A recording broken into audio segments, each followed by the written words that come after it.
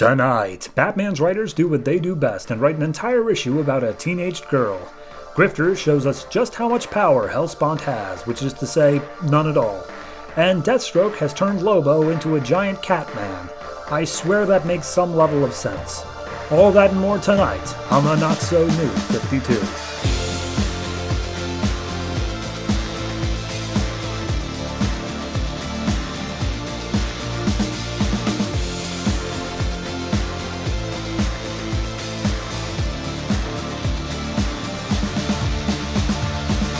Hello everyone and welcome to episode 49 of the Not So New 52. I am your host, and if you're watching this as it comes out, which I know is like two of you, I am just now getting back from vacation. It turns out I actually had to record this a whole week in advance, so if anything has happened of major significance in DC Comics history or lore in the time where I've been gone, I deeply apologize. I would include it in this episode if I can, but I can't. So I'm just going to speculate. What movies are coming out? Black Adam. Something very bad happened to the Black Adam movie and it had to be delayed by like 4 months. That seems pretty on track with DC. So, let's talk about the comics that came out this week at DC Comics. This week, August 8, 2012, had the number 12 issues of Batman, Batman and Robin, Batgirl, Superboy, Deathstroke, Grifter, Suicide Squad, Legion Lost, Demon Knights, Frankenstein, and Resurrection Man. Additionally, we had the number 4 issue of the Ravagers and the number 6 penultimate issue of Night Force. I gotta tell ya, they keep on including explanation issues in that series, and I cannot thank them more than I already am. But enough talk, let's jump right into the main comic of the week, Batman.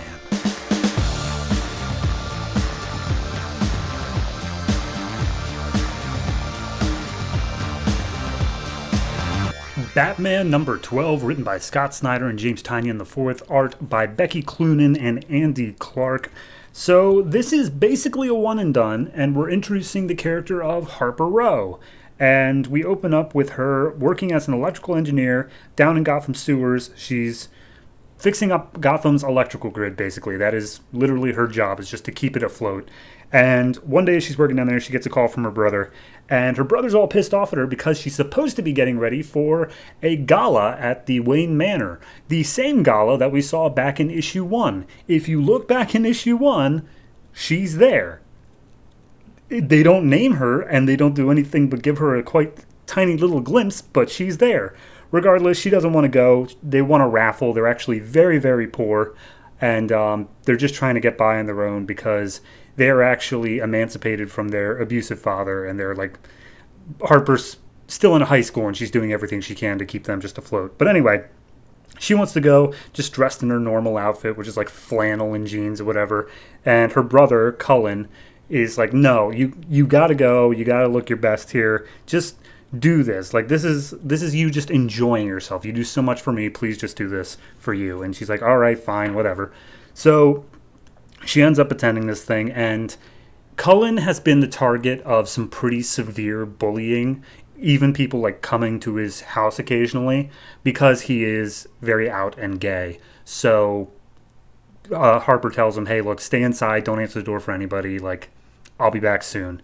So we see the gala, and Harper sneaks over to the snack table to try to sneak some out in her handbag. Alfred stops her and is just like, oh, you must try the brownies. And she's like, yeah, this isn't really my place, and no offense to your Master Wayne guy, but I don't, like, he's talking about demolishing my home, and, like, yeah, whatever, I don't care that much about it, but he's talking about making it better, and frankly, a guy like him who has never set foot in that sort of neighborhood is not going to know the first thing about making it better. And Alfred's like, I think you'll be surprised. Anyway, I can tell you don't want to be here. Let me show you the door. So she leaves happily.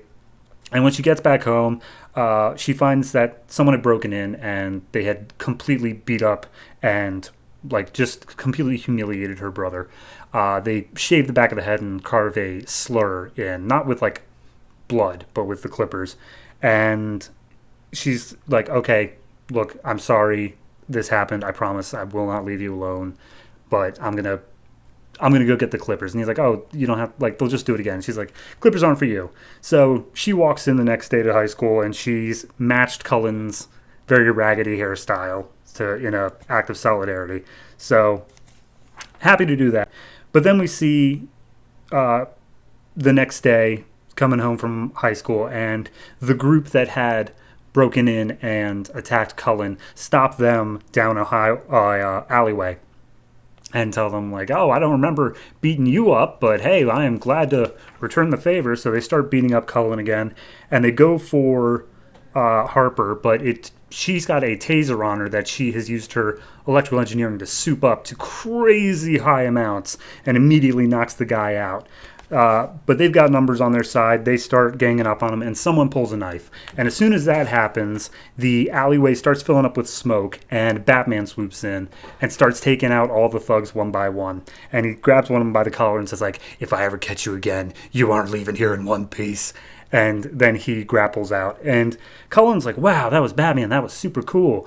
But Harper is just like, immediately smitten by this. Not like in a romantic way, but just like that was the most amazing thing ever. So she spends the next few weeks researching Batman and like finding out all this stuff about it. And she uses her connections on like the Gotham grid of being able to tell where different signals and electrical things come from, that she has managed to find out that Batman has like wired up a ghost grid alongside of Gotham's grid, and he's not draining power to fund his bat stuff. He's actually, quote unquote, draining power from the Wayne Tech buildings in order to pump up Gotham's grid even better than it should be. Like, he's making Gotham a literally better place. But she also discovered these little bat boxes that are darted around the network that allow him to remotely control like different cameras and stuff. So at this point, she takes one of the camera boxes home and soups it up so that if one goes down, it'll be able to cover a much wider range. But then she sees that one of the ones has actually gone down. And she's also kind of using this to like track Batman, but like that's just a consequence of her doing the thing. But anyway, she sees one goes down and she's like, all right, I gotta go fix this. I'll be right back, bye. So she makes her way down in the sewers, and we see that she's down there, or he's down there, and he's having a battle with Tiger Shark about a Court of Owls assassin, like a Talon from way back in the day, because apparently Tiger Shark controls the sewers, I guess. I don't know. Regardless, he's on a speedboat in the sewer and is attacked by a literal tiger. And Harper sees this and he's like, I can help. I can do something. What do I do? And she sees a sewer release valve that she turns the faucet on, and immediately the sewer underneath the boat like dries up and they just come to a screeching halt. And Batman's like, okay, what was that about? Cut to later that night, Harper arrives back home and was like, Cullen, I did it. I helped Batman. Oh my God, it was the most exhilarating thing in my life. And he's like, you smell horrible. Take a shower and then go to bed. But we see that she lies awake and she continues to keep planning on helping Batman until Batman does eventually find her, meets up with her and says, you're done. No more doing this. And she's like, I was trying to help. Like, when your box went down, I knew the police could see you. And, oh, wait, you wanted the police to see you so they could set up a net to catch you guys at the end of the sewer. Okay, well, that makes sense. So Batman tells her once again, like, no, seriously, you're done. Like, stay out of this. And he disappears, but Harper is immediately like, yeah, I'm not done. And that's where we leave off, introducing the character of Harper Row. Now, of course, I have read some future stuff post New 52, and I know Harper sticks around. I know the trajectory that she takes. So, interesting to see where it all got started. Gotta say, though, when I first started reading Batman issue 1, it said credited in, like, the page of Harper Row, and I read that issue 4 times and could not find her anywhere in there. It was only until I realized she got a haircut mid-issue that I'm like, oh, wait, I'm sorry, I do actually see you, and it was all just a mistake. So, in general, I think this is a good enough issue. It, of course, is completely standalone on its own. The art shift is super noticeable. It happens like 2/3 of the way through the issue. But it's not bad. I like the style before and I like the style after. It's just very jarring when it happens. So overall, I would say this one gets a 7.5. I mean, it's still the same writer, and James Tynion is on this one, who I do enjoy as a writer. So it's pretty good overall, and I can't really fault it for anything.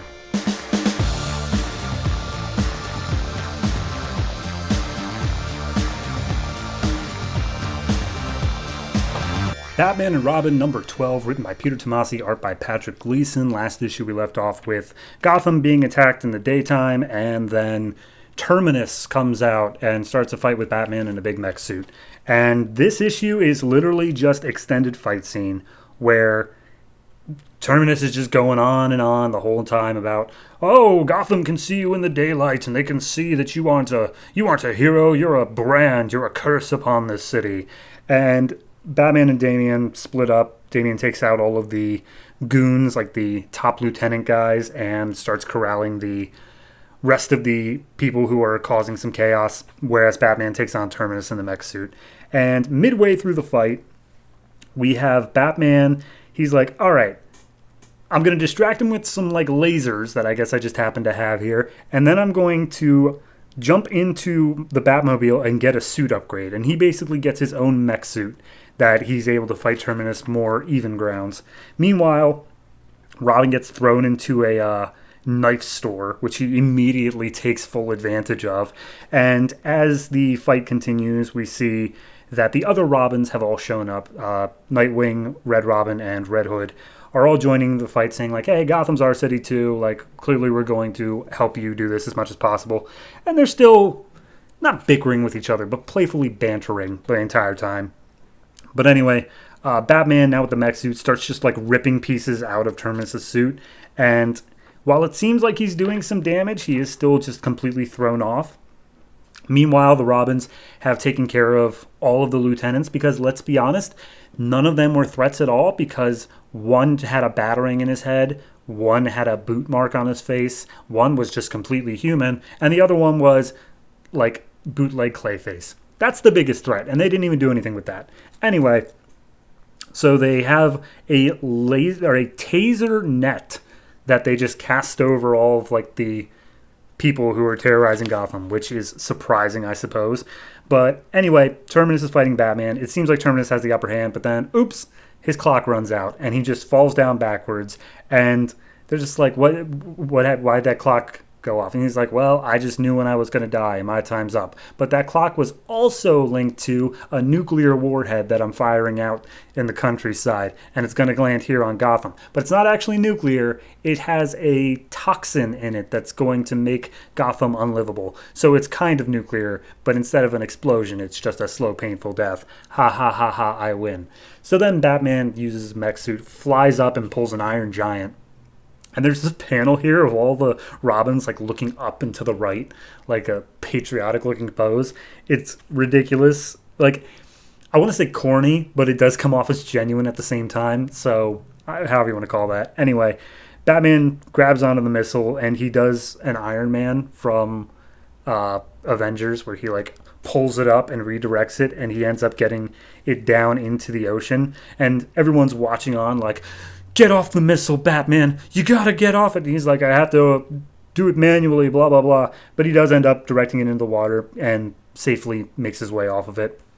And Terminus is like, that missile's gonna be here any minute now. And Robin goes up and be like, yeah, we just took care of that. Remember that as you're going into the dark. Bye. And then there's this horribly gruesome page of him dying just of whatever debilitating disease he has. But anyway, all the Robins make their way home, and then Nightwing stops Damian and was just like, hey, so I heard that you attacked the other two Robins. You don't need to worry about attacking me. Like, here's my bow staff. You can just take it, because you don't have to prove anything. You are Robin. Like, go for it, dude. So at that point, we get one last page of sun is rising over Gotham, and we see Batman coasting into the city in the daylight, and Jim Gordon's like, and here I thought bats were creatures of the night. Ha ha ha. And that's it. It's good. I like it. I mean, I feel like I say that about literally every comic, but it would have been a super solid ending if it weren't for the fact that Terminus was just so much of a non-character in his own arc. Like, he was just, yes, he was the puppet master pulling the strings, but like, I didn't get the feel that he was really doing anything until he showed up at the very, very end of the last issue. So then this issue was the only time it was really like him doing something. Everything else was just, plans upon plans upon plans.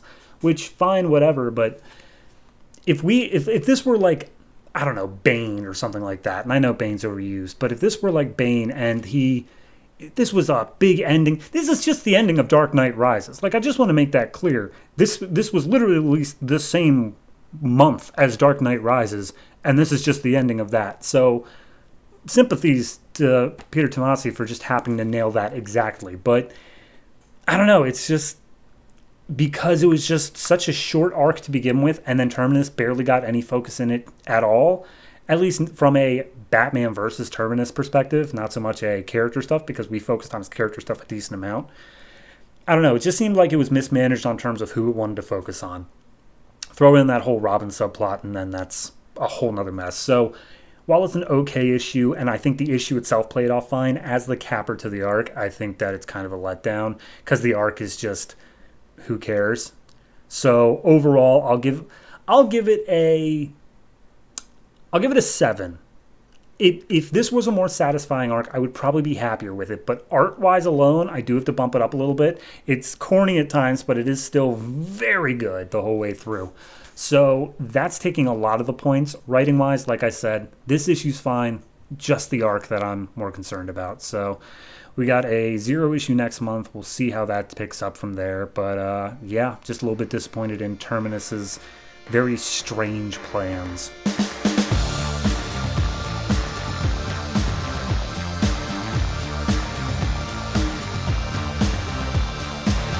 Batgirl number 12, written by Gail, Simone, art by Ardian, Syaf.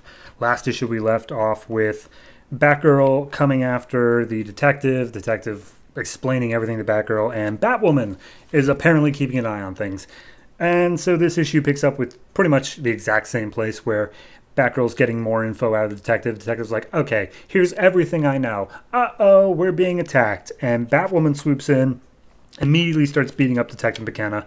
Batgirl is like, oh, gee, I've never actually met you, Batwoman. Hi, I'm Batgirl. And so at this point, McKenna is freaking out, like, Batwoman's with them. Get down, Batgirl. Starts taking off shots at Batwoman. She disarms McKenna, but then Batgirl steps in like, hey, I need her. Please don't beat her into submission. To which Batwoman immediately flips around and starts attacking Batgirl. And Batgirl's like, okay, it's all right. I did my file reading, like she was army trained. I know how she can fight. And then is immediately blindsided by how much higher class of a fighter than Batgirl thinks she is. And so Batwoman just headbutts Batgirl, breaks her nose pretty much. She's like, all right, Uncle, Jesus. I was just saying I needed her conscious. What is wrong with you, lady? So at that point, Batwoman's like, oh, okay. Well, I suppose we can just let you talk for a while. No big deal. But they clear up that apparently because of all the corruption or whatever, Detective McKenna had captured the eye of the DEO, who Batwoman is currently working with. And then McKenna's like, you work for the DEO? Well, in that case, you're being played because I'm the one who set you up there. Which they don't go into anymore. But I'm guessing that'll happen some other place. Anyway, McKenna gets a buzz on her phone from Nightfall saying, hey, we found that boy you've been looking for. We're going to execute him tonight at 3 Towers. Batgirl, come alone if you want to try to save him. So she's like, you think they're just, being hyperbolic with the whole execution thing? And they're like, no, they're genuinely going to try to kill you. Let me explain all these people's backstories. And that's explained over the course of a later fight, which I'll just explain now, though. The one with the wings, whatever, she has a name. I guess I'll get to it. Catharsis. She castrated a suspected pedophile, and everyone was like, great job, needed to be done. But then he was proved innocent, so oopsie. Second guy, the toxic guy, he brought a biological weapon into his school to show how underprepared people are for biological attacks. And then it went off. And then the last one, her daughters, and she was like a pro wrestler or something. Her name was Bonebreaker, a.k.a. Sally Sarasota. She had her daughters killed by a drunk driver. And yeah, she was upset, I suppose. And she apparently took the drunk driver, chained him to her rear bumper, and then drove around the neighborhood for half an hour. So that's the thing. Anyway, she says, all right, I guess I'll go to deal with these people. Then we get a one-page thing of Jim Gordon being woken up in the middle of the night of someone in Arkham, a guard, basically calling and saying, hey, you were going to find out soon, but I wanted to let you know as early as possible. Your son, who escaped apparently in a Arkham breakout in another book, he's still out there, and we don't know where he is. Okay, bye. And Jim's like, oh, God, no, that's awful. So we get to the fight scene. Batgirl showed up, and they're just like, are you sure we can't get you to join, Batgirl? We're just killing people. And she's like, yeah, that doesn't make it better. Let's fight. So they all start fighting. We see the fight going on some monitors as Nightfall, a.k.a. Carnes, is watching, and she's like, Batgirl did show up. I guess you're right, James Gordon Jr., who is standing there, and it's like, I'm glad I could help. Yeah, I protected you in Arkham while we were both there, so we have a very storied history. Anyway, I just like what you're doing, and that's the whole reason I'm helping. Bye. So, yeah, that's all we get on that. So anyway, the fight continues, and this is where they do the explanations of who everybody is. But then Batgirl's like, so you guys kind of lied about coming here to save him, because they revealed that they actually already killed him. So she just brought in Batwoman and McKenna, because if no one's going to keep their promises, then whatever. So Batwoman and McKenna take care of the three of them.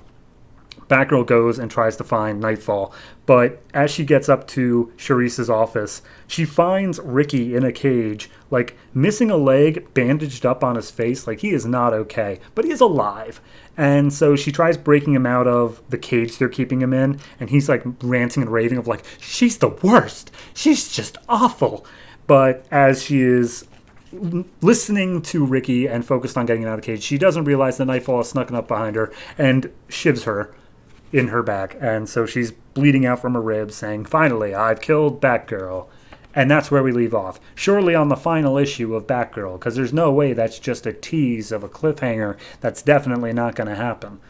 Oh, what's that? Batgirl still continuing? Wow, what a shock. So, as much as I joke about it, it was fine. It was a good issue. I think the Batwoman thing feels really out of place. Not in an awful way. Like, it's not, where it's Batwoman's acting out of character or whatever. She's fine in her own character sense. It's just, like, so shoehorned in as to why they're here.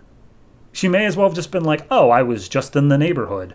Because at that point, yeah, sure, y'all work out of Gotham. May as well be. But instead they had a whole thing of Batwoman had to come in and fight the detective and then fight Batgirl for no... Like, why did... They actually don't really say why Batwoman attacked Batgirl, except that she was kind of in the fighting zone, and then Batgirl put a hand on her shoulder. I guess. So, it's okay. It's not the best issue. And in general, I do like that they're setting up the James Gordon Jr. stuff more often, because clearly that's what we're going to be doing next time. We're going to be going into that. I like how they're just like drip feeding it in here. But it again feels very convenient that like, oh, James Gordon Jr., you're the one who helped me in Arkham. And I'm this arc's villain and you're the next arc's villain. It just, at this point, just have them bump into each other at a coffee shop if you're just going to do that. So it's fine. It's good. Art is pretty good throughout. I do have a few minor quibbles with how heavily inked some of like the eyes are, because they just want to put them in shadow, but everyone's got their own style. So I'm going to give this one I'll give it a 7. It's good. It's not doing anything offensively bad, but it's not great either. It's just a decent issue and a decent run.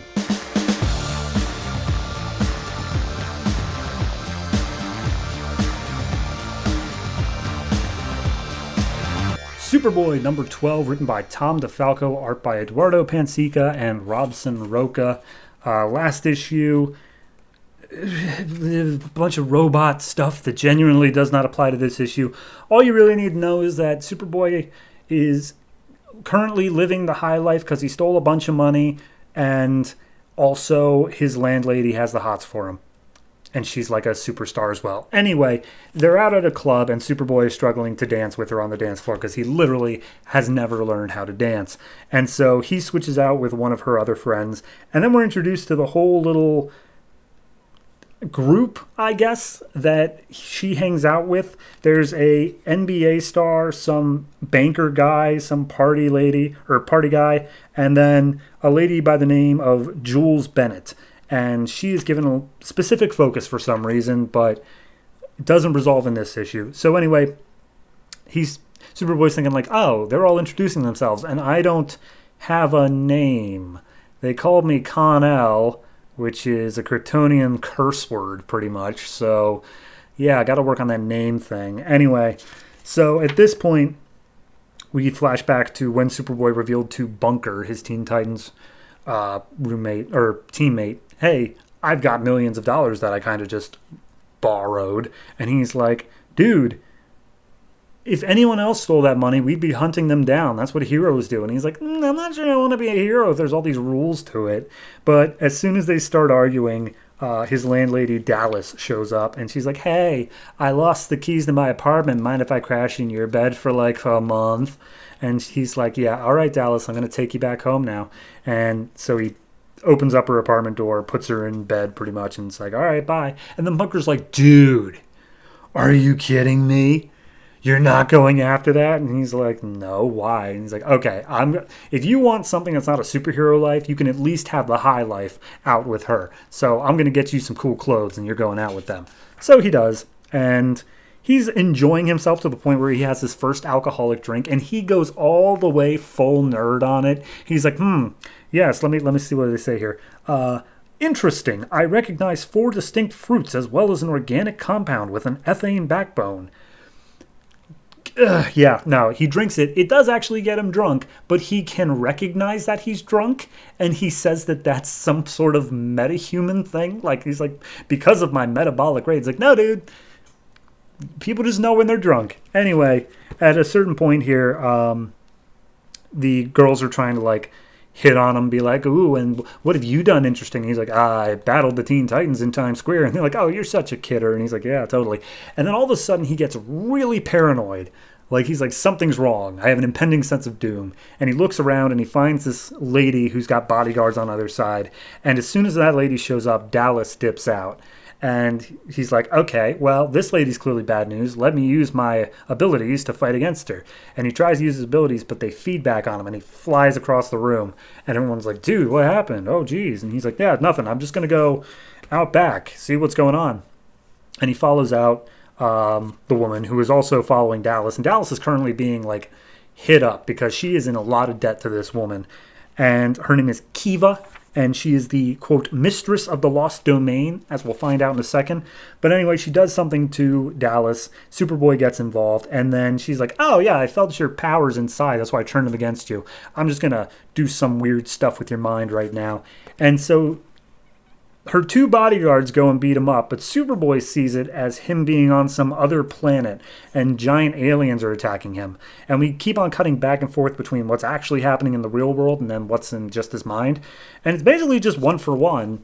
He's just seeing them as aliens. It's not like he's, attacking other people. He's just attacking those 2. But anyway, he's getting in the fight. He ends up using his powers to get the alcohol out of his system, like manually. So he just puts his finger down his throat, more or less, but with magic. So he continues to fight. He gets the upper hand on them. And then Kiva comes in and starts doing like a mind crush on him. Just being like, oh, I will show you an eternal nightmare of the fear and horror.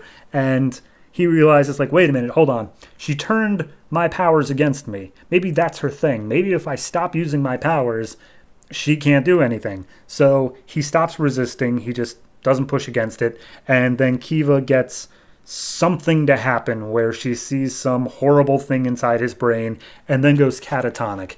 And the henchmen pick her up and are like, oh, geez, all right, well, let's get her out of here. And Superboy goes down, talks to Dallas, and is just like, Dallas, what the heck is going on, man? What kind of mess are you in that you owe money to someone like that? Oh, geez, things just got a lot more complicated. And pan out on that. But then we get 1-page epilogue of a clip show of all the horrible things that Superboy has done since he's gotten out, like stealing the money and battling the Teen Titans.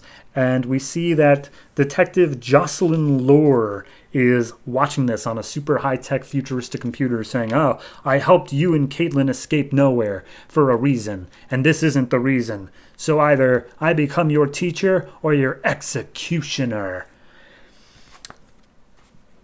Okay, it's completely unoffensive. I wouldn't say good. I would never say great. It's just a thing. They're like, okay, let's just put Superboy in another situation that he is nowhere socially inclined enough to deal with, and then throw a weird superhero thing in there. Like, I think last issue it was, oh, Superboy's just hanging out with Bunker in an apartment and getting tattoos. But then it's, oh, nope, but now there's a giant mecha robot. And that's just going to be what we do. That's what we do. I'm personally don't mind it, but I also don't like it. It's just a thing that's happening. It's like, it feels like they're treading water with the character while they're trying to find something to really do with him.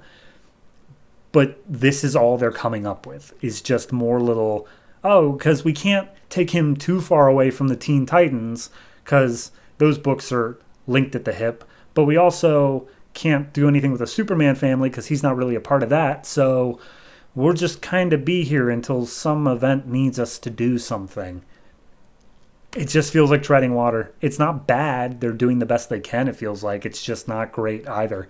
So overall, I got to give this one, I'll give it a 6. And again, that's mostly because it's not offensive. It's fine. They don't do the thing, except for all that nerd talk in the middle of like, oh, it's made of ethanol. It's fine. It's just a whatever book in general.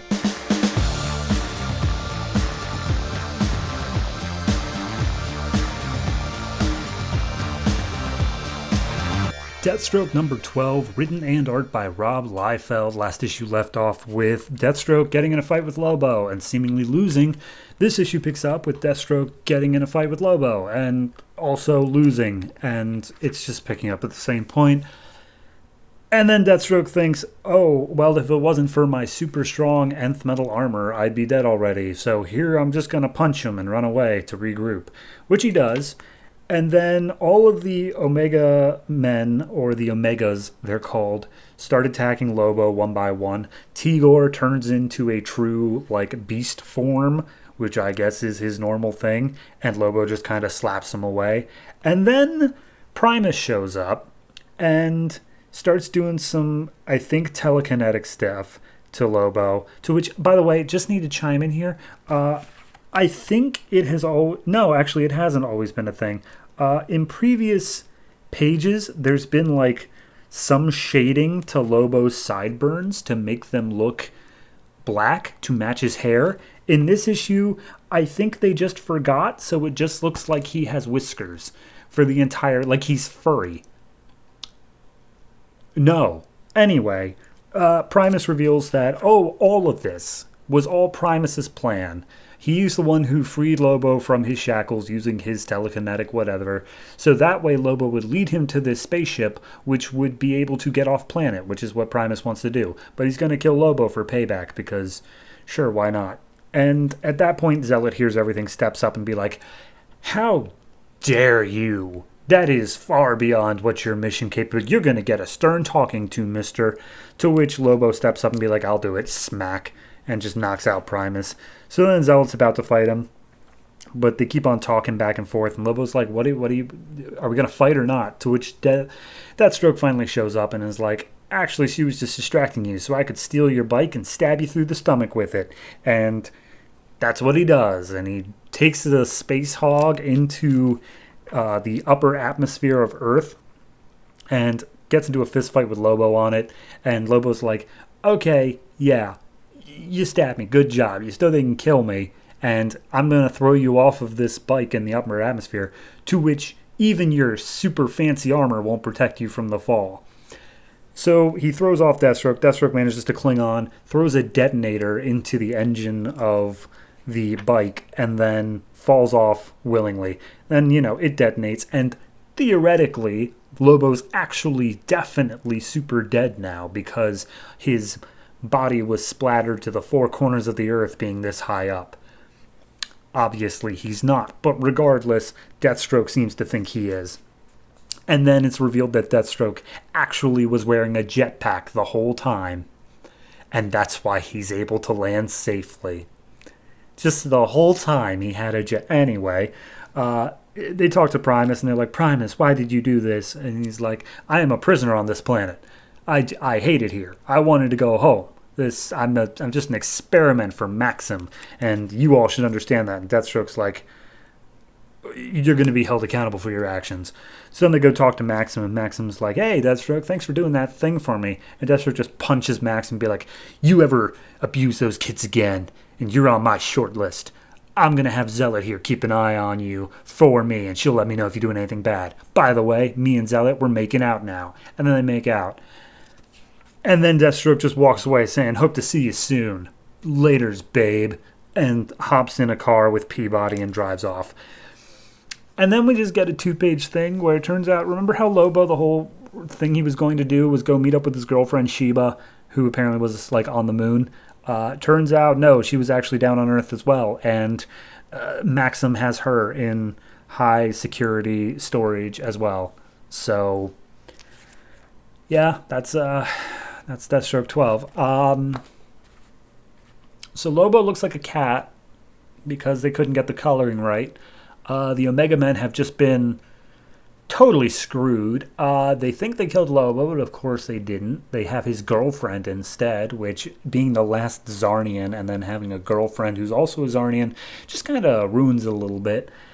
I cannot think of one thing in this arc that I've liked. There's not a single thing in this arc that I liked. It was all bad.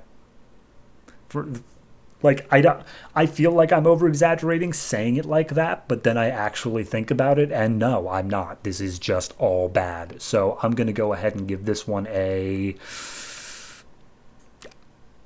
I'm giving it a 1.5, honestly. And I know that that's mostly on the reason of it's the capper to the arc, and it's just taking on the entirety of this arc, but it didn't redeem anything.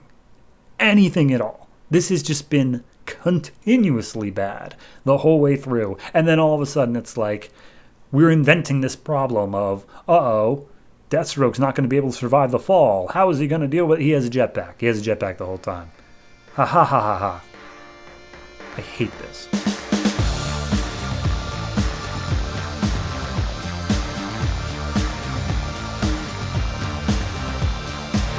Grifter number 12, written by Rob Liefeld and Frank Tieri, art by Scott Clark. Last issue we left off with Grifter, and I'm going to be completely honest, I don't even remember the name of the other guy, being taken hostage by Hellspawn and Nico, who betrayed them.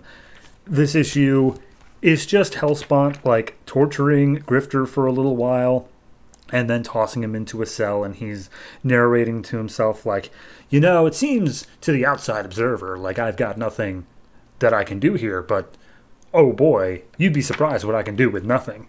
And then we just get Singe, Nico, and Hellspawn all talking to each other about, like, hey, yep, everything's going according to plan. We're gonna try to use Grifter as the chosen one, which he is still the chosen one here, and we're going to use that to take out the Daemonites, because Hellspawn was actually rejected and, like, exiled by the Daemonites forever ago. So he's like, yep, I will soon get my revenge. So I'm going to go talk to Grifter myself and see what we can deal with him. So they walk over. By the way, the other guy's name was Deathblow. Sure, why not? Anyway, so at that point, they're like, hey, Deathblow, be ready. I got a plan. And he's like, all right, am I going to notice? And he's like, yeah, it's going to be totally awesome. So Hellspawn steps in, and he's like, hey, turns out we have a common enemy. How would you like to work with me? And Grifter just laughs in his face, saying, like, you're literally a flaming skull. I'm not going to work with you. And he's like, psh, whatever. I'll just kill you then. You suck. Yeah, I don't even need you. Bye. And just walks off in a huff.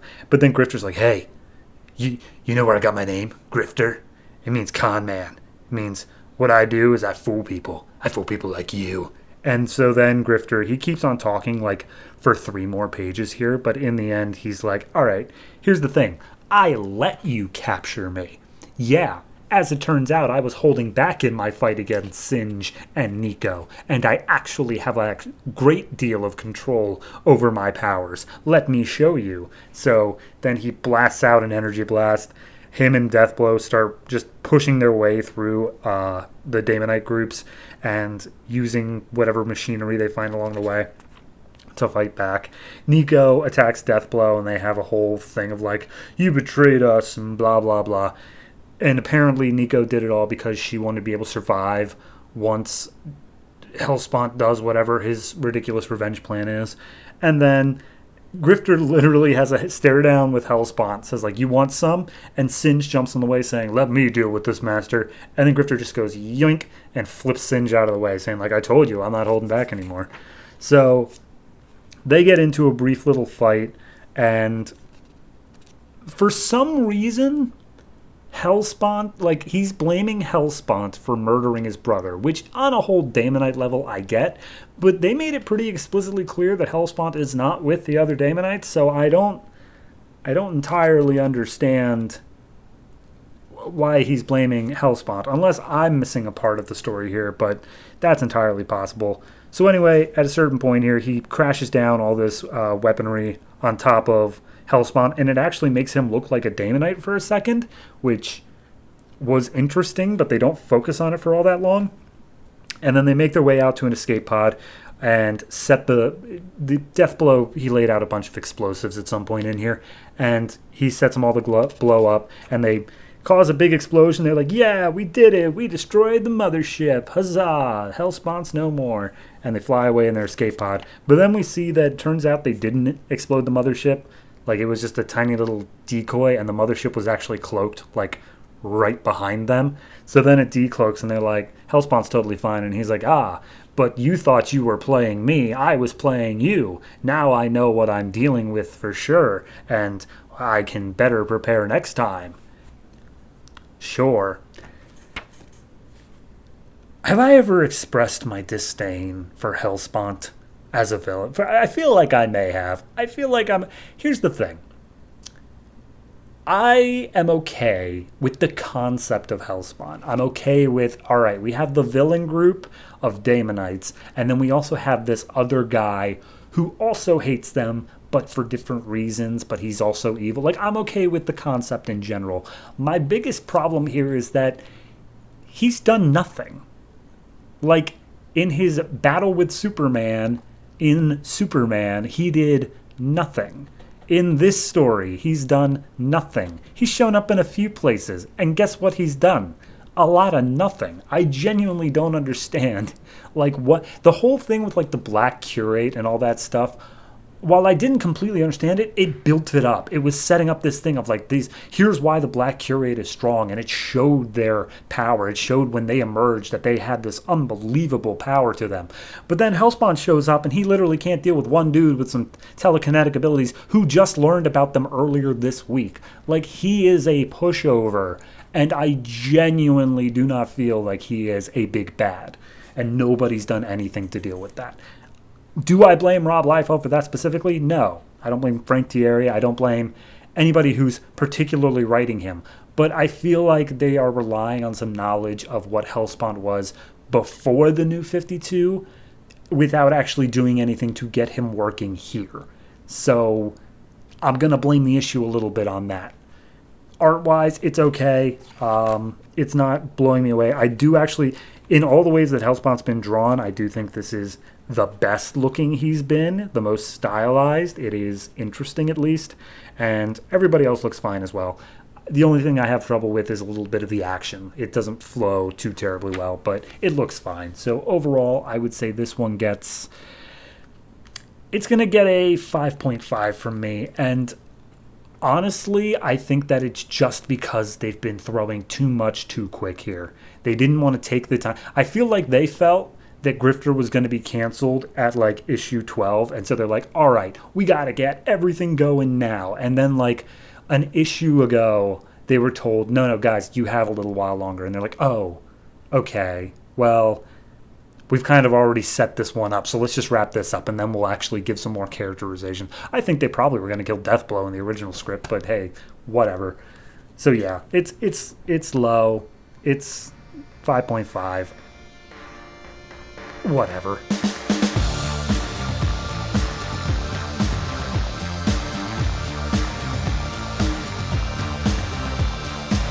Suicide Squad number 12, written by Adam Glass, art by Fernando Dagnino. Last issue we left off with the squad being off the grid. Waller couldn't find them, and they got abducted by an ancient Mayan civilization that's going to sacrifice them because, yeah, that's just a Tuesday.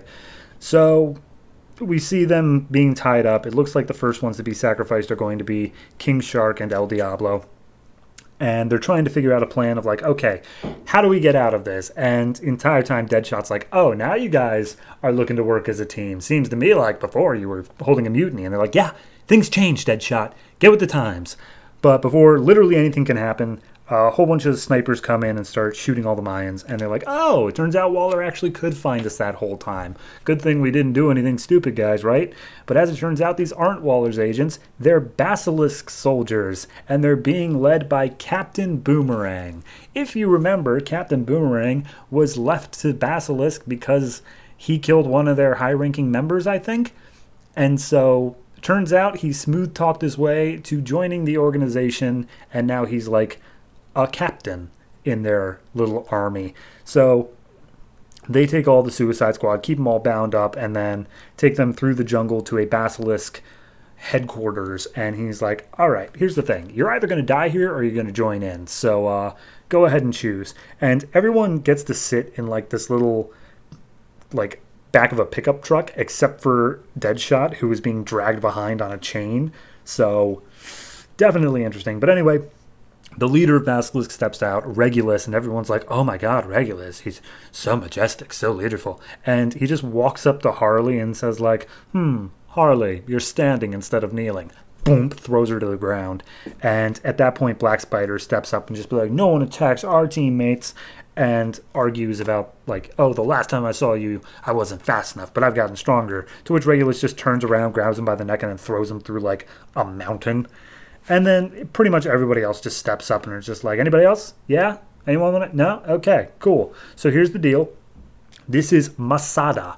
This is a concentration camp, more or less. However, turns out that everyone here is being put to work. However, it's a choice whether they stay or not. All these people know that a war is coming with like all the superheroes and like end of times or whatnot. And Basilisk is offering safety and freedom and whatnot as their essential god. So a few more people step up, try to attack, but he's like, all right, well, that's not going to work at all. So go ahead, Captain Boomerang, please show them to their rooms. Let them think about whether or not they want to join us, and then we will see what they do. And remember, you don't owe anything to Waller. So Captain Boomerang leads them with some guards down the hall, gets in an argument with Deadshot about how much of a coward he is, and then they start fighting each other. And in the middle of the fight, Captain Boomerang looks like he's about to slice off Deadshot's head, but instead he goes for his restraints, and then they all have a breakout together. Turns out he was a double agent, a triple agent, maybe just a double agent. I lost track of who he's supposed to be with. Anyway, they all start breaking their way out, and they're like, okay, I've been talking with some generals or whatever. Not everybody here is on the up and up with Basilisk, but I've got us a way out, so once the signal from the guard tower comes out, we can make our way through the door. And so they start making their way out, and as they are literally at the last stop, like the last exit point, they all are Captain Boomerang's electrocuted, and we see the traitor in the group is Black Spider. He shows up and he's like, yeah, here's the deal. I was never actually really loyal to the Suicide Squad. Like, I joined in because I like killing villains. If you guys just call me a hero, I just like killing villains. So, whatever. So, turns out that, yeah, he's been working with Basilisk the whole time. And at that point, the squad's like, whatever, it's still like 6 against 1. Like, we're going to take you down. And he's like, is it though? And he says the magic code word to activate his sleeper agents. Turns out that he's got sleeper agents when King Shark, El Diablo, what was his name? Iceberg I feel like I've said that 4 times now of what his name is. And they're all now teamed up against Deadshot and Harley Quinn, who are the only ones who didn't get hypnotized. So, yep, that's the thing. And at that point, Deadshot's like, well, we'll still manage to take you down and stop you. And he's like, no, you don't understand. Like, my plan's in motion in like 7 different areas right now. And we cut to Lafayette, Louisiana, where step 2 has started. And Amanda Waller has come into her home to find that I believe it's her mother or her aunt. She says Nana, so I don't know. But anyway, is being held at knife point by a basilisk agent. So there's your thing. It's good. I mean, I don't know why we did the Mayan thing. That genuinely feels like it was like, what's the most crazy cliffhanger we could end this issue on? I know. Sacrifice to a Mayan god.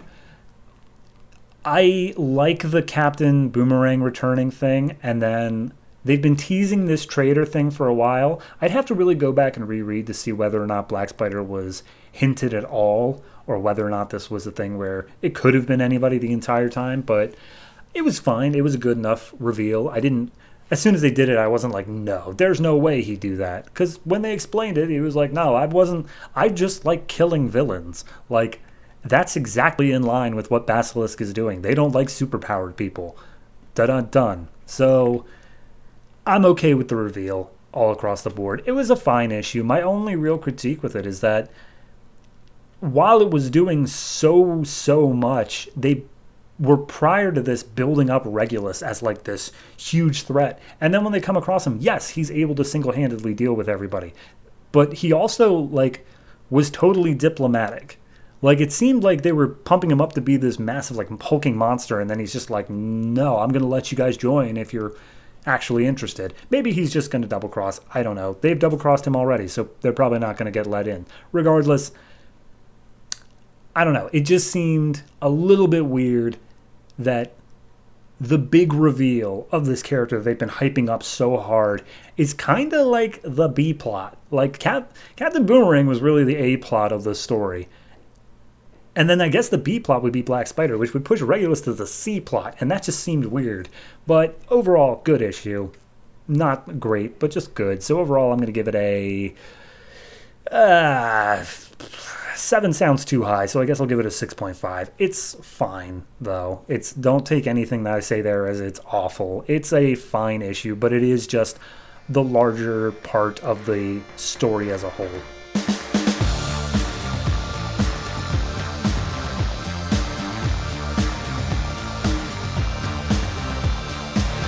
Legion Loss number 12, written by Tom DeFalco, art by Pete Woods. Last issue left off with Dawnstar being taken over by a more powerful body-jumping Alistar, and Tyrock and Chameleon Girl got caught by the Meta Marines. I think that's all that's necessary here. So anyway, Tellus is battling possessed Dawnstar, and Alistair just straight up says, yes, it's me. Hi, I'm sure you recognize my mind inside this body. I got more powers, and I'm also able to read the minds of anybody I possess and get all their secrets. So now I got all Dawnstar's secrets. I'm going to take over your body, Tellus, and it's required to have physical contact in order to jump bodies. So he jumps over to Tellus. And Tellus is like, wow, you've got a lot of secrets in here. I'm going to go shock your teammates. So he grabs Dawnstar and flies off towards Tyrock and Chameleon Girl, which he knows where they are because of the mental link thing. Speaking of them, they're currently bound up in the back of a Meta Marines armored truck, and Meta American is getting a commendation. They're like, well done. Homeland Security really did its best for you. And he's like, it's all part of the job and whatnot. Meanwhile, Tyrock is inside. He's coming to, and his throat's better now, so he's able to use his sonic ability to shatter the mask that they put him in, and also the other different things that were holding him down. And then he sees Chameleon Girl's already shapeshifted out of him, just be like, yeah, I don't know why they thought that would work. Anyway, we good to go now?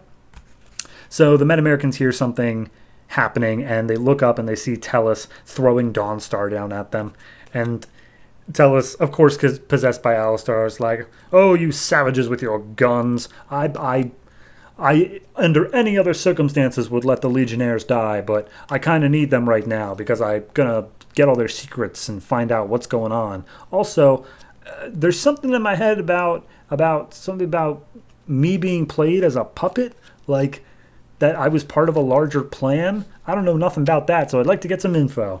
But, of course, during the fight, Meta-American's like, we need to take this guy down. And he kicks Tellus in the face, but that's the physical contact needed to change bodies. So now Meta-American has, like, laser vision power, because I guess that just comes with Alistair possessing your body. And he blasts all of his soldiers.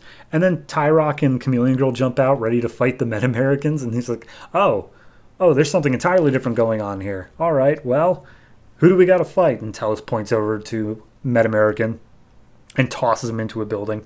And then Dawnstar grabs him because technically he is an innocent, because as soon as Chameleon Girl touched Meta-American, she was possessed by Alistair. So Dawnstar catches that. And then we cut over to the clinic where Timberwolf's recovering. And we have his friend, I can't even remember his friend's name, Oz, and Gates there. And then Tellus calls up Gates and Timberwolf saying, like, hey, guys, we need you here now. So Gates just teleports him out.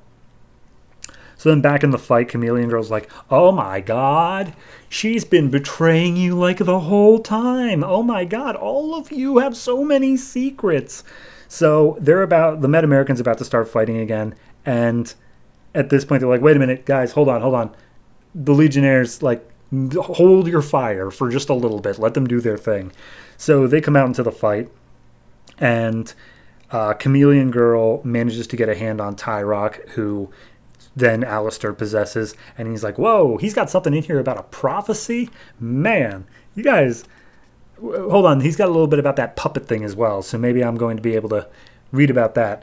But during the fight, there's some civilians in the way. Timberwolf gets them out of the line of fire, and then Gates comes in and teleports Tyrock out of the battle before he can attack any more civilians.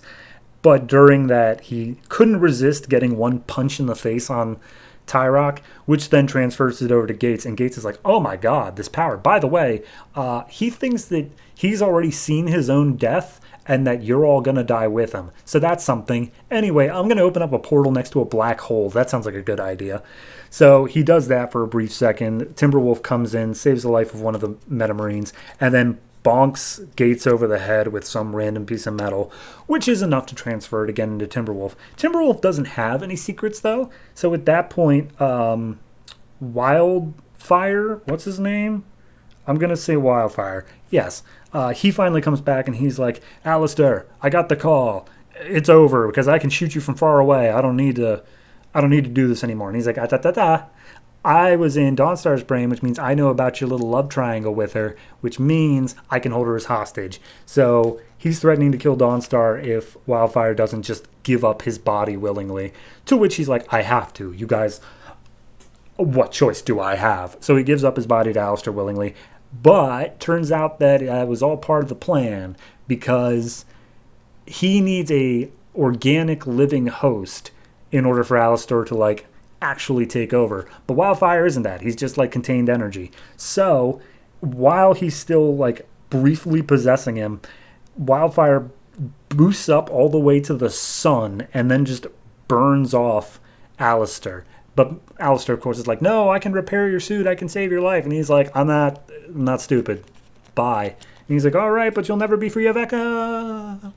So, yeah, that Wildfire comes back down to the planet. And he's like, wow, you guys, you did the whole, no, you can't do this, when I went to put myself up. But, like, that was a bit melodramatic. Tone it down a little bit. So, at that point, the Meta-Americans are like, we still have to take you in. Like, we still have our orders. But then the main Meta-American steps up and he's like, whoa, hold on. I saw something for, like, who they are when Alistair was inside of me. And I understood that these children, they are the future. They're the hope for the better generations ahead. And then the leader of the team's like, I'm going to ignore that, like, traitorous comment of yours of not following orders, and we're going to arrest them anyway. But then at that point, they just warp out, and Gates says that they're going to Kyrgyzstan.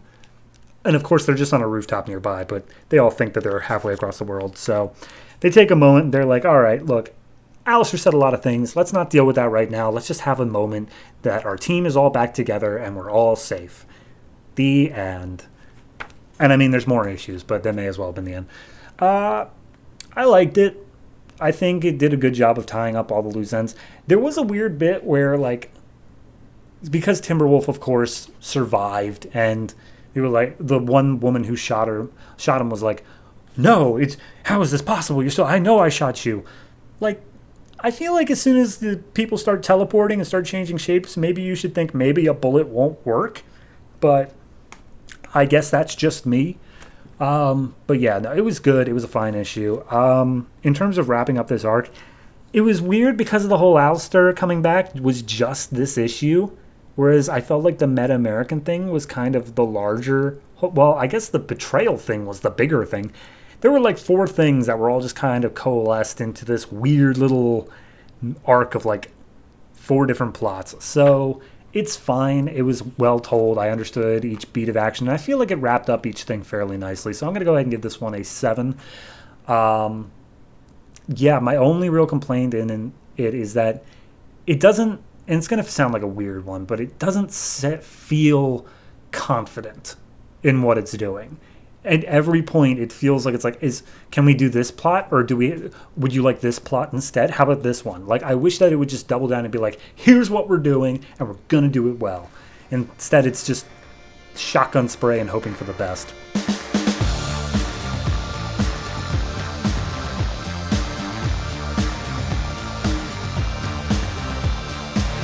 The Ravagers, number 4, written by Howard Mackie, art by Daniel Sempier and Stefano Martina.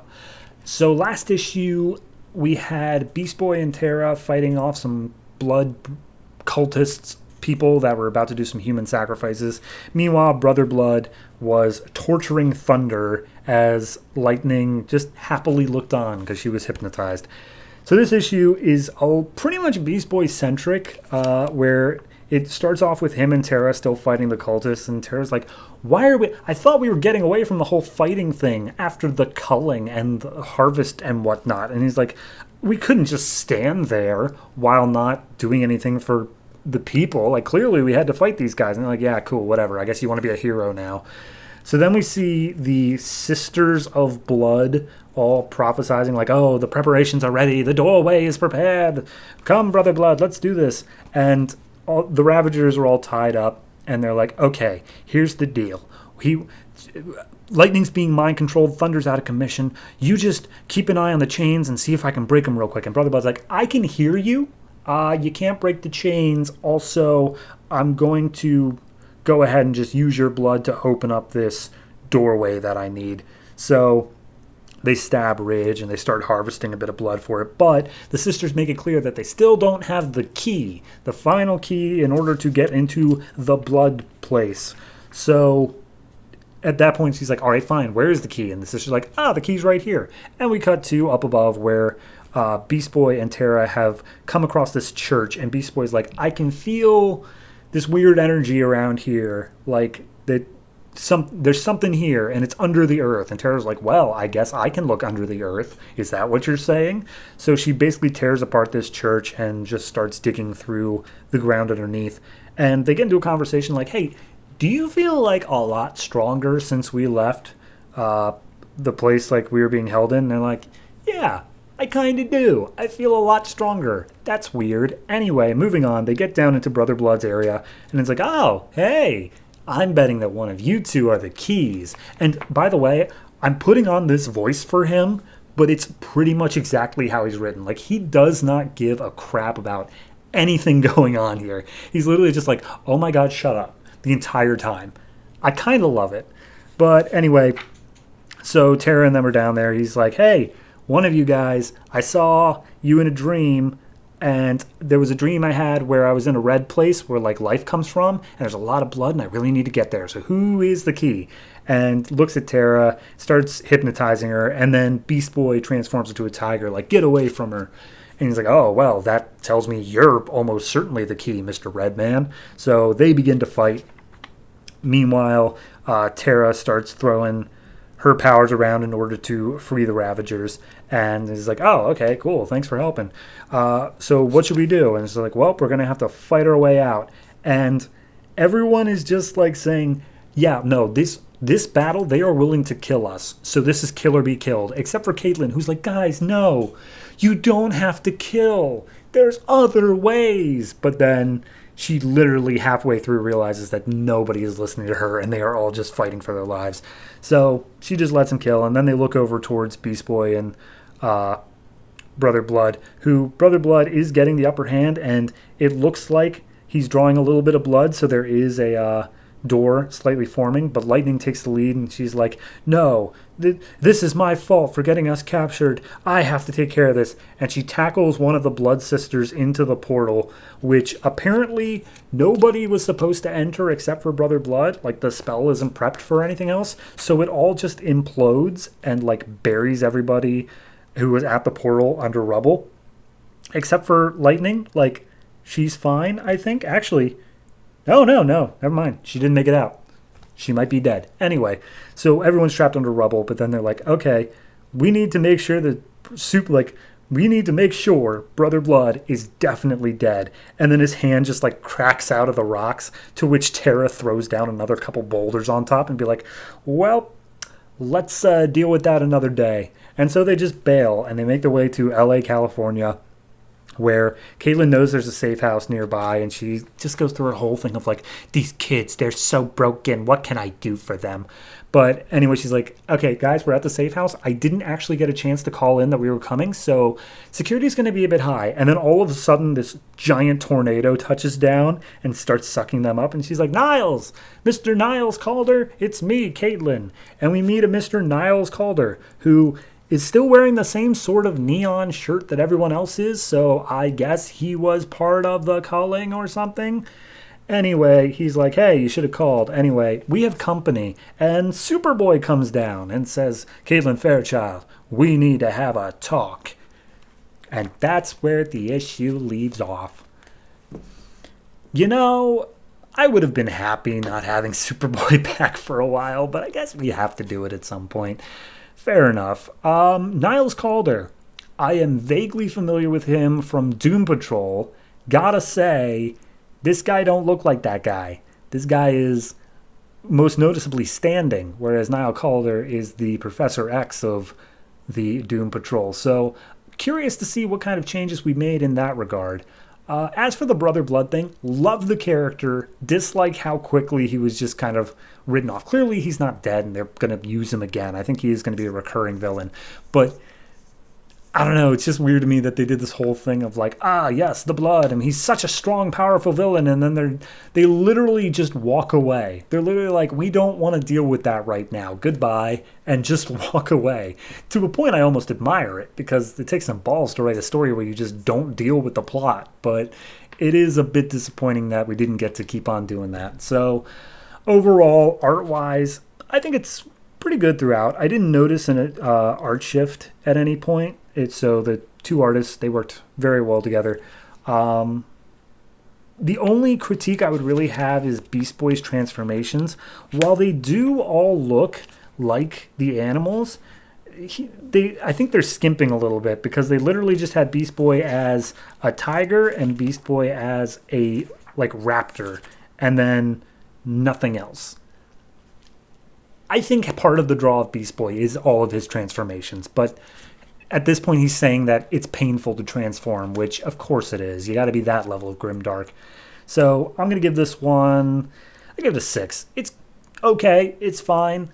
Almost all those points are for Brother Blood just being like, just fun. He's just a fun character the way they write him. Like, he's a cult leader, but he's just like, no, I don't care about any of this, so whatever.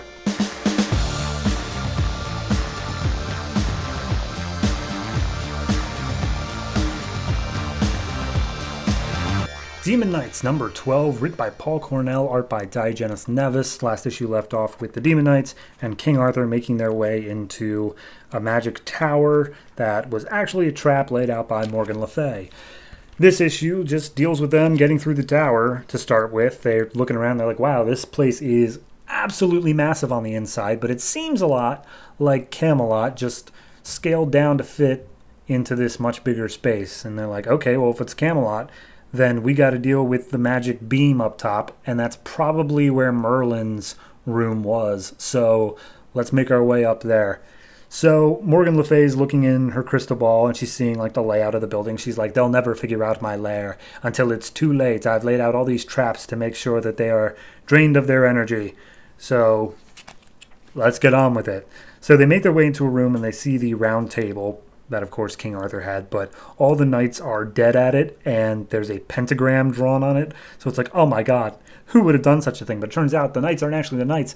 They are Xanadu's sisters, like the people who brought the king across Lake Avalon and all that. So yeah, at that point she's like, what is going on here? This is some weird stuff. And then Horsewoman realizes that the energy is being drained from them. Like, she can feel a difference in like the field that she has with these other creatures, and Exoristos feels it too. So they're like, okay, well, if we're losing our energy, we need to go now. But of course, as soon as they try to, there's a trap of all these little magic beings that come out and start attacking them. And Sir Easton comes up and slashes a bear, like a demonic looking bear. But when it slashes open, it has some sort of knockout gas inside. So all of them are knocked unconscious.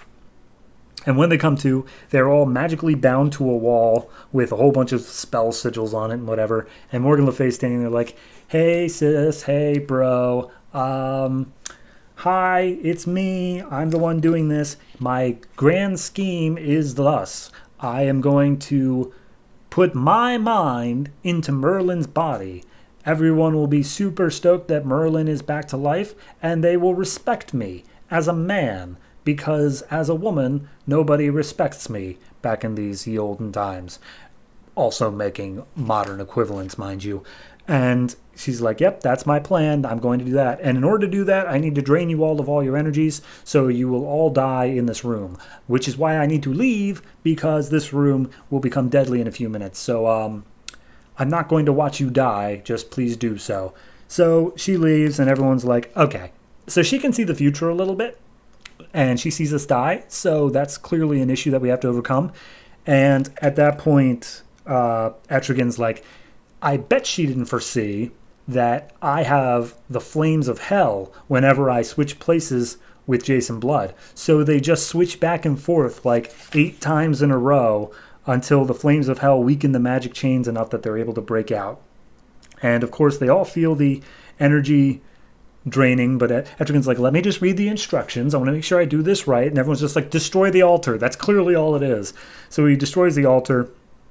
And then we cut to Xanadu up in her room looking over Merlin, being like, oh, yes, I will soon be one with you, Merlin, my old love. And she's like, okay, it should have happened by now. I should be in your body. What's going on? And the demon knights break in, and she's like, fine. Xanadu, I guess I'll just take your body. And also, I forgot to mention, Morgan Le Fay wears this golden mask the whole time because she has eternal life, but she did some dark magic stuff, which apparently does not make you look pretty. So she also is okay with being youthful and decent looking again. So she's about to cast her mind into Xanadu, but King Arthur jumps in the way, and it's just like, oh, she's fighting me. I have to sacrifice myself in order to make it so she doesn't rule Camelot with King Arthur's body. Sir Easton, as my final act, I knight you a new knight of Camelot. So wherever you are, Camelot will endure. And then he goes and attacks the magic green fire thing that was attacking them before. It explodes. The tower starts collapsing. Everyone makes their way out as quickly as they can. And everyone's all right, as far as I can tell. But they're like, all right, well, that was an adventure. Should we keep on doing the whole go to Avalon to resurrect Merlin thing? And they're like, yeah, sure. The entrance should be right over. Oh, no. It would seem that in the magic explosion, the entrance to Avalon is gone. Nuts. Except for Etrigan, who's extremely pissed off by this news. And he's like, do you have any idea the deals I've made? What I've had to do to get to this point? You bastard. And he immediately just starts going off the edge. He's just like, here's the thing. I was never on your side. I'm a demon. I tricked you all. And now you're all going to feel the fires of hell. And so he brings hell on earth to these people. And we see them all either engulfed in flames or literally transported to hell. Hard to say at the moment. I mean, hell of an ending. But it's genuinely... It's a good book. I'm not going to say anything really that bad about it. Honestly, I like everything here. It does feel a little bit episodic at times. Like, I don't think that it is really a book that had its plot 100% thought out to begin with, of like, okay, I know the general vibe here is go to Avalon to get Merlin back to life. But then within that, we've had this thing with sea monsters. We've had this thing with Morgan Le Fay. We've had this thing with the entrance, like, Etrigan is saying we're going to hell now and Lucifer's taking over. There's a lot. I don't dislike it, but it is definitely not what I expected going into it after that first arc, because that first arc was a long game. That first arc was just, okay, this town's being invaded and we have this long 6-issue thing of here's how it's going to play out. So it's good. I don't dislike it, but it is changing subtly over time. Character-wise is what's really selling it. All the characters are just great. Vandal Savage, of course, is fantastic. At one point he shouts out, like, I am not going to give up my immortal life so that this woman can have a change of genitalia. I like it. It's a funny little book. So overall, I'm going to give this one a 7.5. I think it's definitely worth a read if you haven't checked it out already. But this is one of the most popular books of the New 52 looking back. So if you haven't checked it out, why not?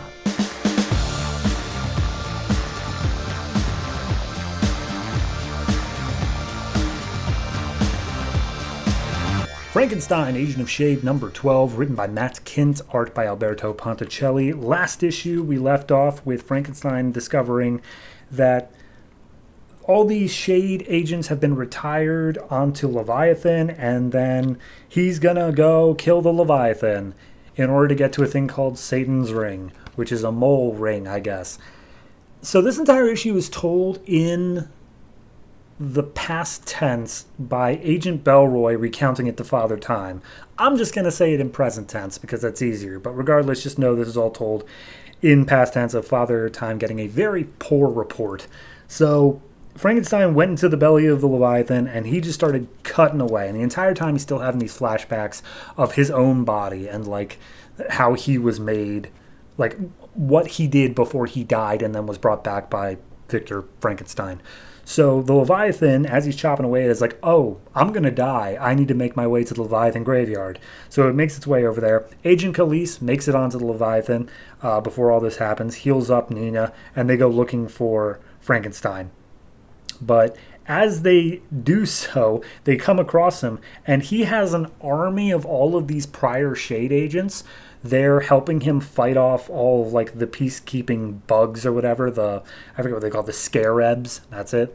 And he's just like, yeah, no, we're going to war. So the Leviathan finally makes it to the graveyard. It ends up dying in there. It crashes down, and this whole place is basically a big bubble that just, I don't know, it's a membrane that keeps air in. It's just like a jungle, but it's under the ocean. So the Leviathan crashes down in there. Everyone makes their way out. And nobody is able to leave because they're at the bottom of an ocean. But they are still, they're free from the Leviathan. So anyway, S.H.A.D.E. does have a headquarters down there. Frankenstein makes his way to the central headquarters. Khalees and Nina come up afterwards. And when Frankenstein gets there, he meets against Crowley again, the person that he thought was the mole from before. And Crowley tries to incant a spell to set Frankenstein on fire, and he's like, were you just trying to set me on fire? And Crowley's like, no, and then ends up yelling at Crowley. And Crowley's like, okay, I'm on your side, sorry, didn't mean to. So they explain that Satan's Ring is down on the lower level, and he starts making his way down an elevator, fights through some more scarabs, bashes his way through a little bit more, and he comes across a man down at the bottom who we saw last issue named Agent Mycroft, who is the keeper of Leviathans and the graveyard, and he was actually the one who called on the scarabs. Like, he was trying to kill Frankenstein because Satan's Ring is not a mole organization. It's a device that allows you to see the future. It was previously called apparently the Future O ring, but it was renamed Satan's ring because why not? So Agent Mycroft saw the future of Frankenstein trying to kill him and actually succeeding. So therefore, he then set a plan in motion to kill Frankenstein, not knowing that it was this very plan being set in motion that would lead Frankenstein right here to kill him. So at this point, we see the screens have changed, and Nina is now dead with her helmet, her water helmet broken. And she's like, oh no, what could possibly lead to this? But Frankenstein is simply so angry over the prospect of this happening that the spell starts to like do something, and it backfires catastrophically, destroying the top part of this building and shattering Nina's helmet. Again, self-fulfilling prophecy. So after Frankenstein sees this happen, he snaps the neck of Agent Belroy. Khalees cares for Nina, makes sure that she doesn't die, and this spell that's starting to overload and whatnot, apparently what it does is that it has an intense healing property for dead matter. So it's getting all of these Leviathans in this graveyard and bringing them back to life. So now Frankenstein has to fight against a giant skeletal Leviathan. Of course he does so, and he does it very quickly over the course of a few pages. Apparently, just him being in the system is enough to cause an allergic reaction that literally just sets the entire Leviathan on fire.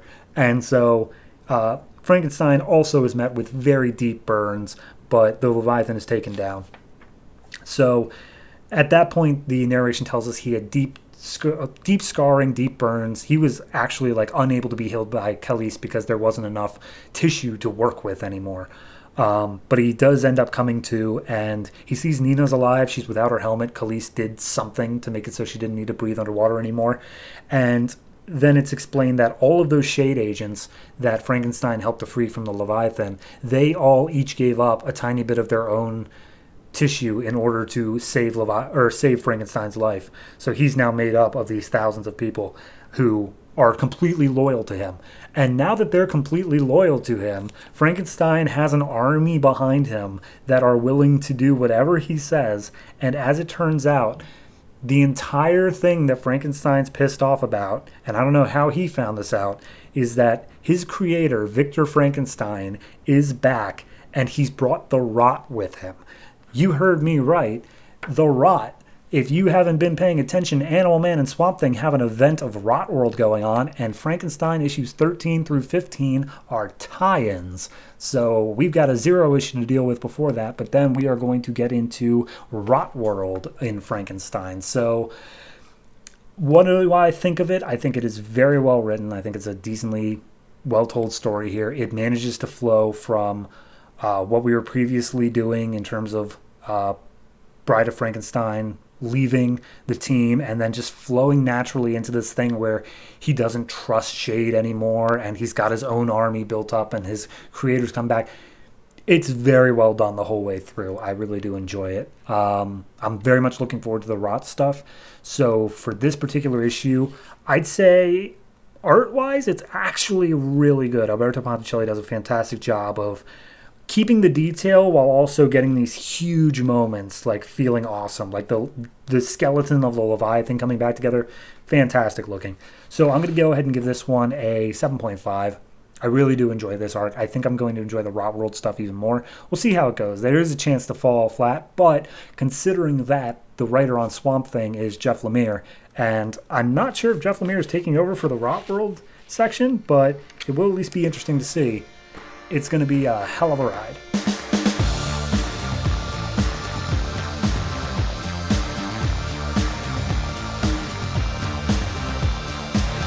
Resurrection Man number 12, written by Dan Abnett and Andy Lanning, art by Javier Pina. So last issue left off with Resurrection Man seemingly finally being taken in by the group that the Body Doubles and Hooker all work for. And this issue picks up with Mitch Shelley in Gotham. And he's flying, and he just wakes up here and he doesn't know what's going on, but he's immediately shot down by a GCPD helicopter and dies. and of course comes back. But when he comes back, Batman is immediately there kicking him in the spine, saying, Mitch Shelley, you were an escapee from Arkham. You're coming back with me. And he's like, no, this is a misunderstanding, Batman. That happened like 6 issues ago. And so he uses some magic, whatever powers he's got going on right now, in order to blast Batman away. And Batman's like, well, seems that you've got some new powers. Luckily, I brought backup. And then Aquaman's trident just stabs him through the chest as the rest of the Justice League just watch on. And he's like, Justice League, you guys are the good guys. What's going on? So then we come back out to actual reality, and we see that Mitch is being held in a virtual reality where he's being simulated being killed over and over and over and over again in increasingly brutal ways so that they can figure out what is going on with his power set. So at one point he gets heat vision and it starts blasting out of the thing he's being held into, and it's just like, oh, someone contain the heat vision and analyze what it means. And we cut over to Mr. Roth, the transhuman, who is watching him basically be tortured in this virtual reality. And he's like, you guys, why are you doing this to him? Like, this wasn't part of the deal. And they're like, no, here's what the deal is. He has what's in his blood called tektites, and that's what allows him to have all these powers and whatnot. I have tektites in my body, says Director Hooker, and they allow me to basically be immortal. However, I can't heal, and that's why I look so grotesque all the time. The body doubles have tektites, and that's what makes them so strong, but they're not immortal. There is a bunch of things. Like, the only thing that makes Mitch Shelley so important here is that he literally cannot die. Like, and he heals. He has the complete set, and we need to figure out why he has that and get it so that we can basically make that a thing that we can give to, like, soldiers and whatnot. And yes, it will cure you as well, Transhuman. So at that point, Transhuman is walking away, and he's like, this is wrong. I'm not going to be a part of this. And Hooker calls up the body doubles, telling him, like, hey, keep an eye on him. I think he's going to do something. But Transhuman immediately makes his way over to Kim Rebecca, I think that was her name, yeah, and says, like, hey, they're messing with Mitch. I had a change of heart. I'm sorry for what I did, but let's go ahead and knock them out. So he steals some tech from around the lab around him and makes a new transhuman armor set, and then it's just like, all right, let's go get our friend back. So we see what Mitch is seeing. He's now battling against Darkseid, and he's turned into, like, this magma sort of form. And Darkseid's literally just bitch slapping him around, just like, you mean nothing to me. And as Darkseid is about to power up his Omega Beams, Transhuman gets in the way, stops the simulation, and yanks Mitch out of it. Everyone else is being held at gunpoint. And Hooker's like, hey, Mitch, we need to test you. Like, this is very important for us to be able to continue our thing. We need to work together like we did before. Do you remember that, Mitch? And Kim, because he's getting too close to Mitch, she shoots a couple shots into Hooker's chest, which, again, don't kill him because he's immortal but can't heal. But then at that point, Mitch, in his magma form, is like, I'm willing to bet if you can't heal, then you do still have a limit. And he basically hugs Hooker, more or less, which melts him, like, instantly. And Hooker has finally died, and he's like, oh, thank God. It was not worth living that life if it just meant that amount of pain. So he ended up dying. Some alarms start going off because a major player has just died. And then Transhuman's like, all right, come on, guys. I am a technopath, so I have the map of this place in my brain. As long as I got my head, we're good to... And then his head explodes. Somebody has fired it off of his neck. And we see this giant mech suit step out, and apparently it has the CEO inside, and he's like, all right, well, I'm down here now. Body doubles, at least try to help me out a little bit. Restrain Miss Rebecca. I'll take care of Mitch Shelley. And Mitch is so pissed off that his friend is dead, and he starts going after the guy in the mech suit, but the mech suit just grabs him because he's already prepared for Mitch's powers. Like, he's ready to deal however he can, So at that point, Mitch is like, who are you? Why are you after me? Like, just give me some answers. And the little dome thing opens up, and he's like, Mitch, I thought you would have figured it out by now. I'm Mitch Shelley. I'm you. Dun, dun, dun. So, yeah, the person who was after Mitch Shelley the most, the guy who was leading the entire company, was Mitch Shelley. Gotta say, not sure where it came from. The only thing I can think is when he got his powers, like, it ended up being like a starfish sort of thing, where if you split him the right way, he'll like come back as two different people. That's literally all I can think of. I genuinely have no idea. It's a twist, I'll give it that. But no, I've been enjoying this book. I gotta say, I was reading this digitally. So I was doing the panel by panel. And when it came to the panel of Daryl's head being blown up, like, I was genuinely shocked. I was like, oh God, what just happened? But when reading it through on the actual print thing, it's just at the bottom of the page. Like, it's not a shock at all. So I'm going to deduct a half point for that, just because it took me by such surprise in reading it digitally, but it turns out that it wasn't actually a surprise at all. That's a little bit of poor layout. If you're going to do that big of a reveal, make it the next page on the page flip. But regardless, I do enjoy this book. I definitely think it is wrapping up very strong here. I don't see a lot of ways they can really fumble the ending at this part, because they've killed a lot of like major characters and made stakes very high. We of course know that heaven and hell are both coming to collect any minute now, so I'm pumped. I'm definitely interested in seeing how this wraps up. We are going to wrap it up in the 0 issue, so I guess that simultaneously we're going to be getting his origin as well as the finale. It's going to be interesting to see. So for this particular one, I'm going to give it a 7.5. And mainly the only reason I don't go higher than that is that while it feels like a big sort of wrapping up point, it is still just the stepping stone to the end. Like, it has all of the things that could turn the next issue into like an 8 or a 9, but it within itself is still just a 7. So definitely looking forward to it. I've been enjoying it the entire way through, and I can't wait to see if it sticks the landing.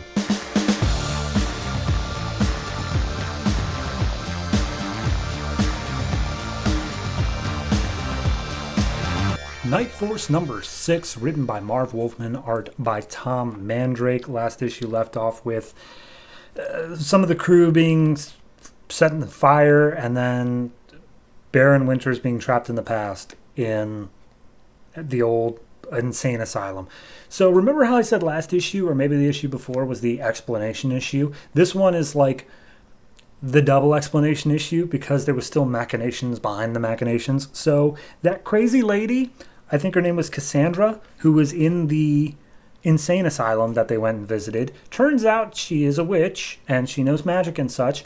And during all the visits that Baron Winters had been coming, she had been sucking up ever so slightly pieces of his soul and the souls of everyone else who's been arriving, until finally she had enough power to escape.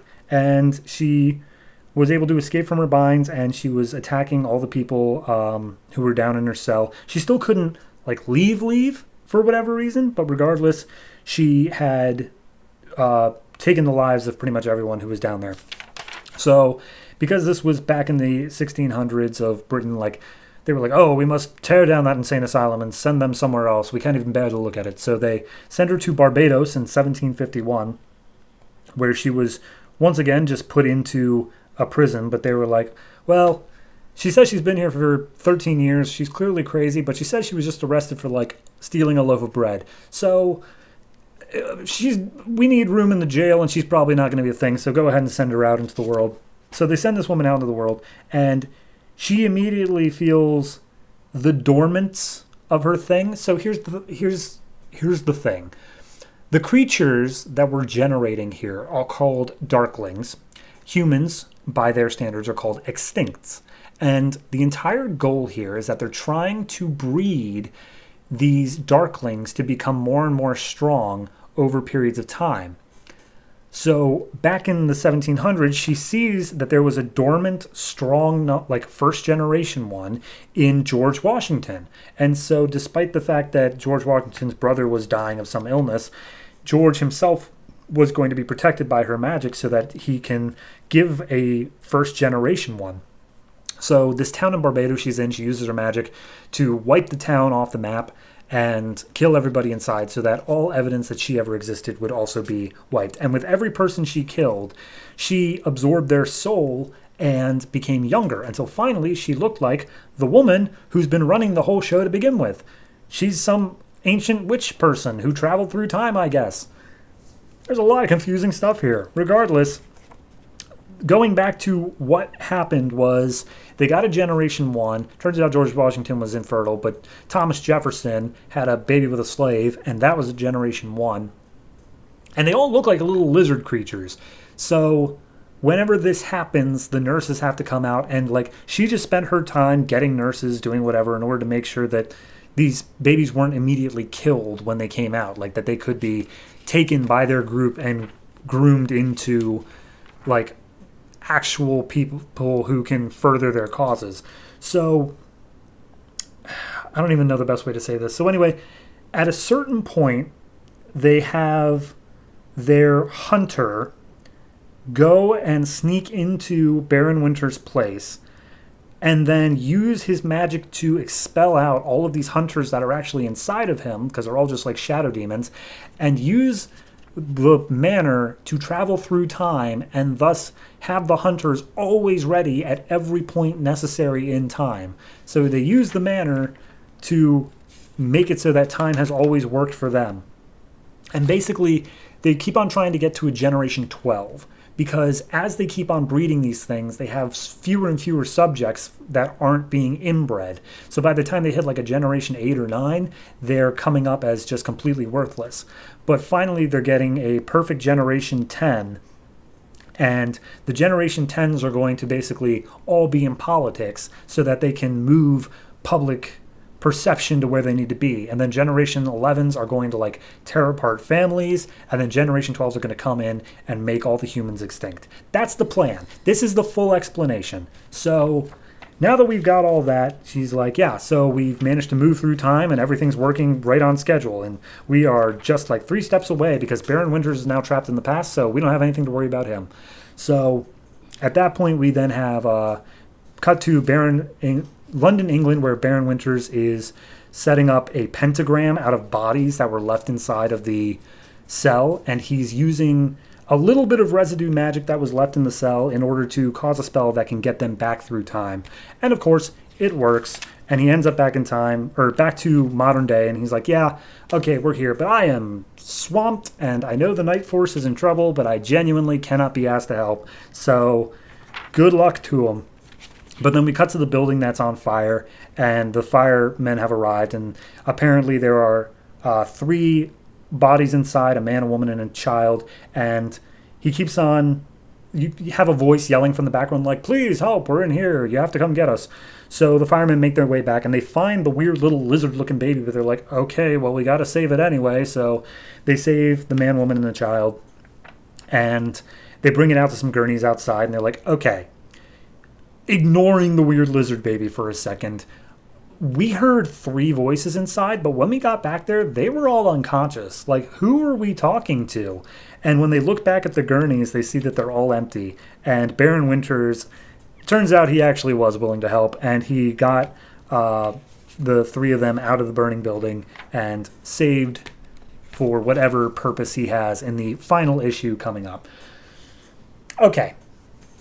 I am glad they took the time to really just nail down, here's exactly what the plan is, because whereas I got the explanation as to what the roles were and what people were doing beforehand, I didn't quite understand the why. I didn't think we were going to get this issue. I thought I just had to like roll with it, and then eventually in the final issue they'd be like, oh yes, our ridiculously circuitous plan is thus. But they didn't.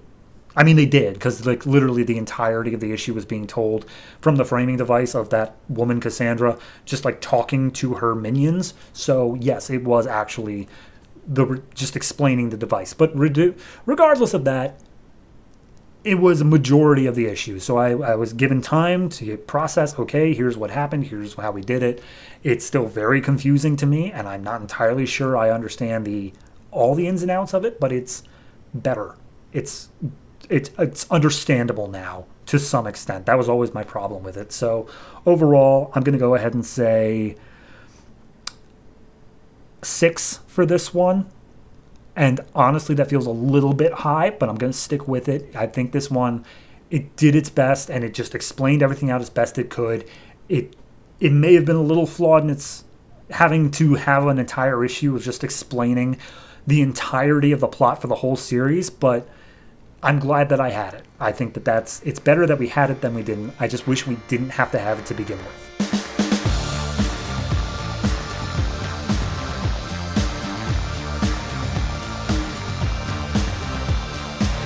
And that's it. That's all the comics that came out from DC Comics this August 8th, 2012. And next week is episode number 50, which in any other show would be met with big happenstance and hoopla, but not us, because in DC Comics, 52 is the magic number, so stick with me for an extra 2 weeks, because next week's going to be pretty blah. Don't believe me? Let's look at the comics we got. We have the number 12 issues of Batwoman, Birds of Prey, Catwoman, Nightwing, Red Hood and the Outlaws, Supergirl, Green Lantern Corps, Captain Atom, DC Universe Presents, Wonder Woman, Blue Beetle, and Legion of Superheroes. And, of course, the number 11 issue of The Shade. What part of that is blah specifically? I'll tell you. Legion of Superheroes, and that's all you need. That's pretty much... It just soils the whole week. I really still don't like Legion. I don't think they have much longer, though. I think they only go to issue 18. I could be wrong on that. I've been wrong before on that, so I'm not going to count that until I get there. Anyway, if you have any thoughts on the comics I just listed off, the comics I just talked about, or any comic book ever, go ahead and hit me up on Twitter at DC Comics Podcast. That is all one word, at DC Comics Podcast. I would talk some more, but I bet you've already clicked away from the video. Additionally, you can give us money at Patreon on Mild Fuzz TV. The account is Mild Fuzz TV, all one word. You may notice that I am neither Mild Fuzzy nor a TV, but alas, I have to pimp that account. But that's going to do it for me. Thank you very much for watching and listening and, I don't know, transcribing. Do I have captions on this channel? I genuinely don't know. Anyway, that'll do it for me. Thank you very much. And always try to remember, if it ain't broke, don't fix it.